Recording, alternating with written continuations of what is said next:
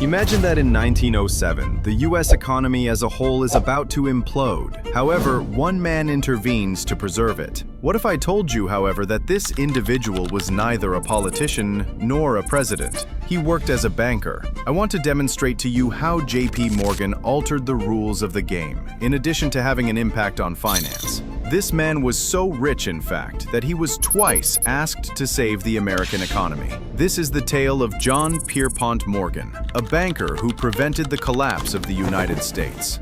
The truth is that JP Morgan was a hero to a lot of people. In essence, he prevented the collapse of capitalism. However, he was seen by many as the epitome of monopoly and avarice, and gradually he was worn down by the continual public scrutiny and this kind of criticism. He was only a shadow of the guy he had been in his last days. He struggled mentally, was lonely, and was weak. We must first comprehend his background before delving into the specific reasons why his last days were so wretched. When I say that he was born in 1837 into a family of great privilege, I mean it. Few people could imagine the opportunities that paved his path. Many of his relatives, including his parents, were already well-known figures in the affluent American society. He co-founded Yale University, after all, and his maternal ancestor was James Pierpont. Then there is his grandpa, who was instrumental in the founding of the Aetna Insurance Company. Junior Spencer Morgan, his father, comes next. He went from managing a dry goods business in Hartford to joining a prominent merchant banking firm in London as a partner. It should come as no surprise that JP Morgan had a significant advantage in his profession when he reached adulthood, given these ties.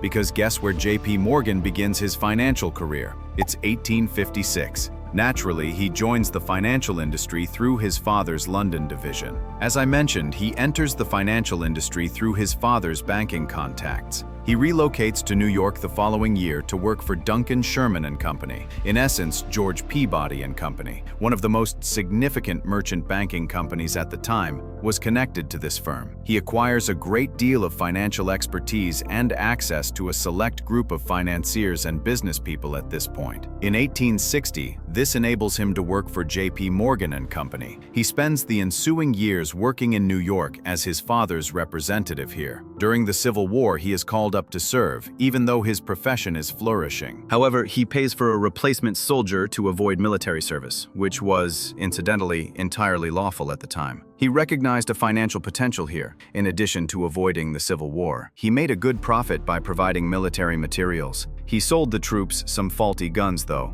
and soon found himself in hot water for this. Investigations were done, but he had excellent attorneys who were able to show that he was unaware of the state of the firearms before selling them, clearing him of any deliberate wrongdoing. Okay, so there was a lot, but you have to admit that the resume is quite remarkable. It also helps you understand how he developed his financial and business sense. It demonstrates that he was astute enough to carefully exploit his position and power to escape some extremely difficult situations. Let's now examine 1865. The United States of America was experiencing an economic boom at the time of the Civil War's conclusion. The nation was rapidly becoming industrialized. This presented a huge opportunity for big financial institutions like JP Morgan to make enormous profits. Do you recall the George Peabody business I discussed before? Well, Morgan had special access to London's financial elites because of his affiliation with this firm. Additionally, he was not afraid to use these contacts to obtain funding from his British colleagues.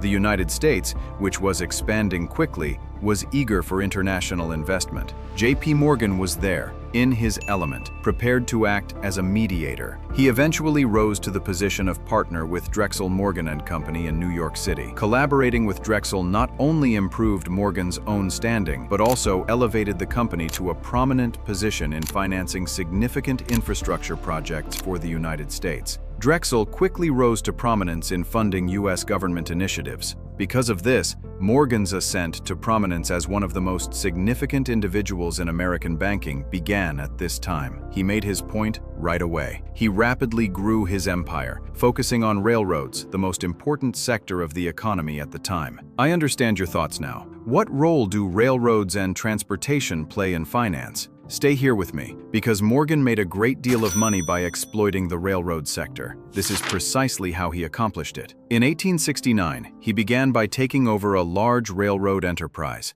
There was a monopoly on government funding for railroads during this period, and that inspired Morgan to head a syndicate that assisted in limiting the current government's financing rights to a small number of chosen parties. Morgan was able to expand his involvement in railroad expansion and consolidation as a result of this action. In essence, Morgan profited from the railroad sector by enacting significant consolidations and reorganizations that transformed financially troubled railroads into more effective businesses. He gathered substantial sums of money to assist the railroads, effectively took control of them, and attempted to integrate the U.S. transportation sector as a whole. Morganization was the process by which Morgan took over and restructured problematic companies. Actually, a lot of large consulting businesses still operate under this idea today. It's known as downsizing or right-sizing businesses. As you can see, Morgan had to design an integrated national transportation system, and the secret to achieving his objective was his unrelenting pursuit of efficiency. The American railroad business had been experiencing its Wild West phase until that point.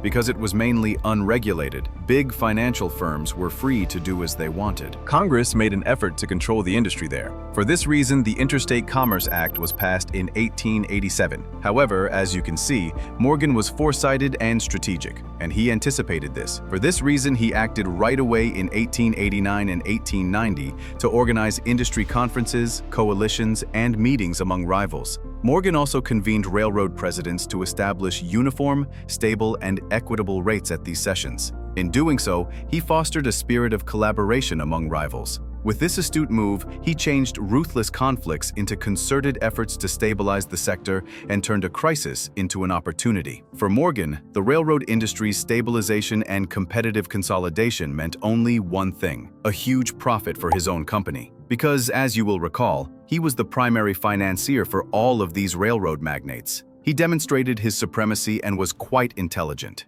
Because Morgan had taken over large swaths of the railroad sector by the turn of the century, he had direct control or influence over almost 1/6 of America's rail systems, according to some estimates. Morgan's impact was now unparalleled. J.P. Morgan was in charge of one of the most significant financial institutions in the world by the turn of the century. It sparked enormous transactions. He expanded his power over shipping lines, insurance firms, communication networks, and mining and manufacturing enterprises. Take a moment to consider that. J.P. Morgan was influencing every aspect of the American economy, from communications to manufacturing, rather than simply one sector. That much power in one person is difficult to imagine, isn't it? His power was going to increase even further, though. By this point, Morgan had become so powerful that people looked to him to keep the economy afloat during difficult times. In a time when the U.S. lacked a central bank, his capacity to mobilize important individuals and command resources made him a vital figure during times of crisis. The nation experienced a severe financial crisis in 1895, which put the gold standard in jeopardy. Morgan was also in charge of a banking syndicate that lent the federal government more than $60 million in gold. This audacious action restored public trust in the country's monetary system and contributed to economic stabilization. J.P. Morgan essentially provided the nation with a bailout. He assisted in keeping it stable. It demonstrates the extent of his power. However, 10 years later, J.P. Morgan was at the height of his career by the early 1900s. Assets valued at an astounding $1.3 billion were under the control of his firm and its associates. At this point, Morgan was, without a doubt, the most influential financier in American history. Morgan's prominence at his height may still be unmatched by any other individual financier. The problem is that such enormous influence and authority were not unchallenged. Critics began to speak out more. They maintained that free competition was weakened by his accumulation of wealth and power. People were concerned that a single guy was gaining too much control over the economy. This increasing worry was hinting at some of the big problems Morgan was going to encounter. You see, the public's perception of the so-called hero who saved the American economy twice turned into a villain over time. Accusations against him began to mount. Journalists, progressive politicians,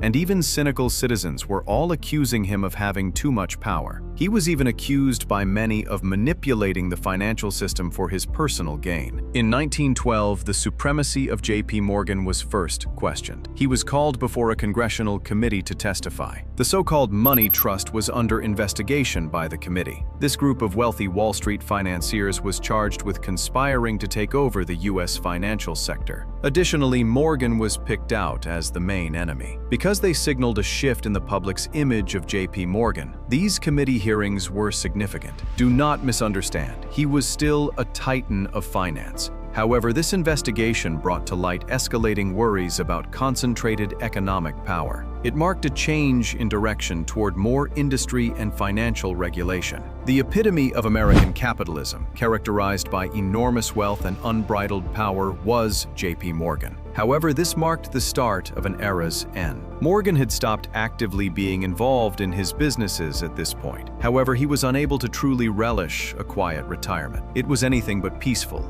in fact. He was under a lot of pressure and scrutiny in the final years of his life. Do you recall the proceedings of the committee I mentioned earlier? He was severely damaged by them, to be sure. Even though he remained strong during these proceedings, the experience was extremely disturbing and signaled a deterioration in his condition. When he had a mental breakdown, his condition deteriorated and he became extremely anxious and paranoid. Morgan's sense of reality started to fade. He was afraid that Egyptians were planning to assassinate him, and he was certain that there were these ridiculous conspiracies against him. In other words, he wasn't in a good state of mind or body. In fact, J.P. Morgan died a year after these proceedings. His son, J.P. Morgan Jr., inherited his enormous empire. His son, however, lacked the skills and foresight. The Glass-Steagall Act of 1933 and other extensive financial reforms of the 1930s were mostly unavoidable for his son. Additionally, this law mandated that Morgan's financial conglomerate be divided into three distinct companies: J.P. Morgan, Morgan Stanley, and J.P. Morgan Grenfell, with market capitalizations of $700 billion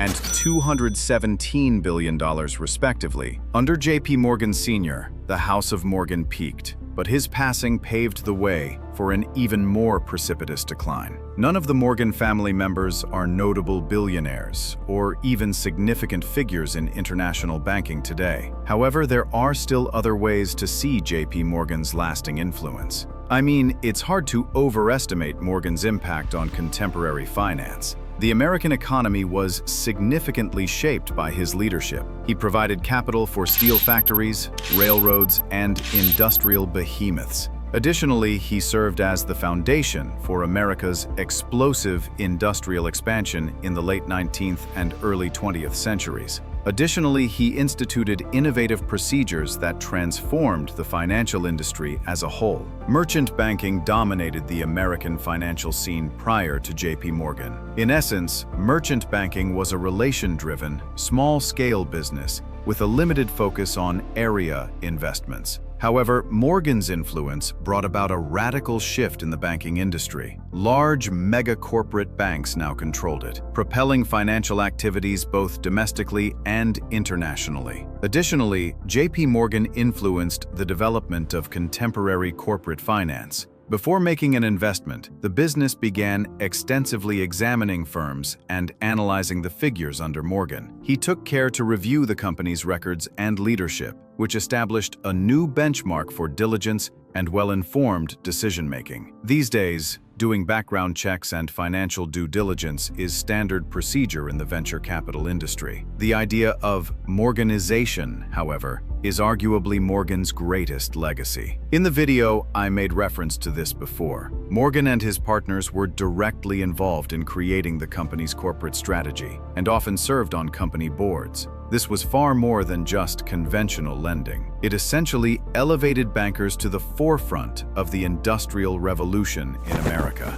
We are all too aware with the effects of this heritage, after all. These days, corporate restructuring, downsizing, and right-sizing have an impact on millions of workers worldwide. Numerous financial figures have come and gone throughout history. However, few have had as significant an impact as J.P. Morgan. You see, without him, history would have gone in a completely different direction. Take a moment to consider that. Wall Street might never have been the dominant force in the world without Morgan's financial ideas and interventions. It wouldn't be an exaggeration to state that without J.P. Morgan's influence, America's industrial progress and influence would not have reached their current level. However, J.P. Morgan was and continues to be a highly controversial individual. It's difficult to believe that a man who was born into a life of great privilege and fortune would desire to gain even more riches and power at any cost. A man who established the groundwork for the advancement of American industry. He also provided 2 bailouts for America. Others, however, saw him as a representation of unbridled power and brutal business tactics. He was an oligarch who used his power to dominate markets and industries in order to further his own wealth and expansion. I appreciate you watching, and I hope to see you at the next one.